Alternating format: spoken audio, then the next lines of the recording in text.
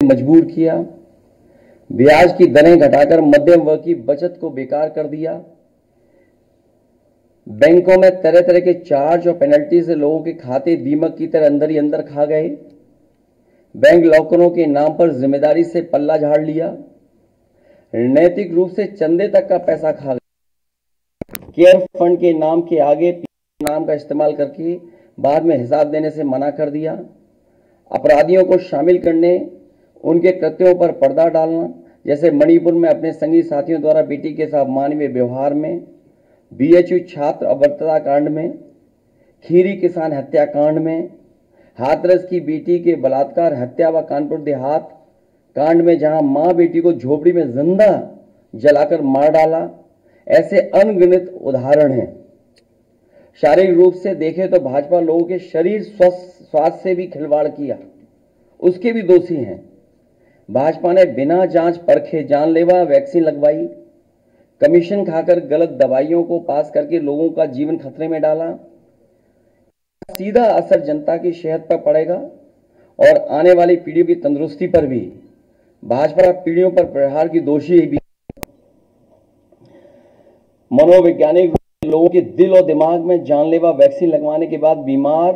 होने पर डर बैठा दिया, के अंदर असुरक्षा भाव घर कर गया, युवा अनएम्प्लॉयमेंट या अंडर एम्प्लॉयमेंट से डिप्रेशन का शिकार हुआ, राजनीतिक रूप से चंडीगढ़ मेयर चुनाव में कैमरे के सामने धांधली की, चुनी हुई सरकारें गिराई, खरीद फरोख्त का नकारात्मक सियासत को जायज ठहराया, पारिवारिक रूप से राजनीतिक फायदे के लिए परिवारों को लड़वा दिया, भाई को मानसिक रूप से भाजपा ने अपने ही समर्थकों को हिंसक बनाया, मॉब लिंचिंग को मानसिक रूप से सही ठहराने की साजिश की, आपराधिक रूप से ऐसे लोगों को मंत्री पद दिया और बनाए भी रखा जिन्होंने किसानों की हत्या की, जो महिलाओं पर अत्याचार शोषण के दोषी हैं। न्यायालय तक ने लोग पिछले दरवाजे से सेट किए, न्यायाधीशों से खुलकर एक विचारधारा विशेष के लिए बयान दिलवाए, न्यायाधीशों को राजनीतिक पदों पर लालच देकर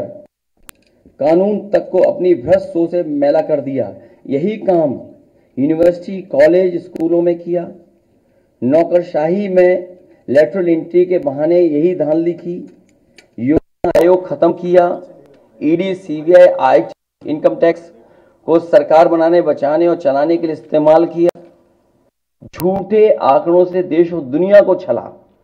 जिससे अंतर्राष्ट्रीय स्तर पर भारत को विकासशील देशों की श्रेणी से बाहर करने की बात से देश की शर्मिंदगी झेलनी पड़ी। विदेशों में बैठे भारतीयों को अपमान झेलना पड़ा,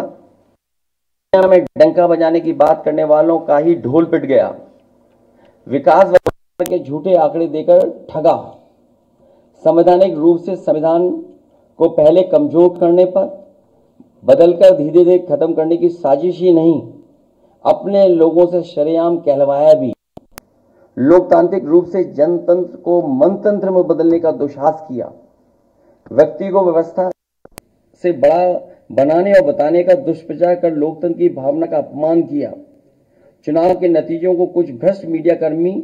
और अधिकारियों की मिलीभगत से बदला भी और आगे भी इस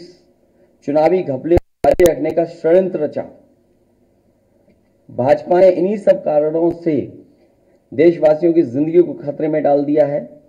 साथ ही भाजपा ने अग्निवीर जैसी अल्पकालिक भर्ती, जो देश की सुरक्षा व सीमाओं से समझौता करके देश को खतरे में डाल दिया है। भाजपा का झूठा आश्वाद, चीन की घुसपैठ, सांगला मेमोरियल जैसे का स्मारक तक नहीं बचा पाए। भाजपा की भ्रष्ट नीतियां बीते कल के लिए नहीं बल्कि भविष्य में भी देश की रक्षा के लिए असमर्थ व अक्षम है। इसलिए जनता इस बार गांधी जी को याद करते हुए करो या मरो आंदोलित हो गई है और अपने देश के भविष्य बचाने के लिए नया स्वतंत्रता आंदोलन लड़ने के लिए तैयार बैठी है। जनता स्वतंत्रता सेनानियों की तरह बलिदान करने के लिए तैयार है, क्योंकि भाजपा काल में उसका जीवन तो वैसे ही दूभर हो गया है। जनता की नकारात्मक सक्रियता से देश नकारात्मक ताकतों से आजाद होने जा रहा है। देश प्रेमी 140 करोड़ जनता की शक्ति के आगे और संकीर्ण सोच के चंद देश विरोधी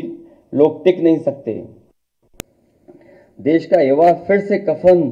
सर पर बांधकर कह रहा है, मेरा बसंती चोला। मैं कहना चाहता हूं, इंडिया की जीत देश और देश की जनता की जीत साबित होगी। जय हिंद। आप सबका बहुत बहुत धन्यवाद।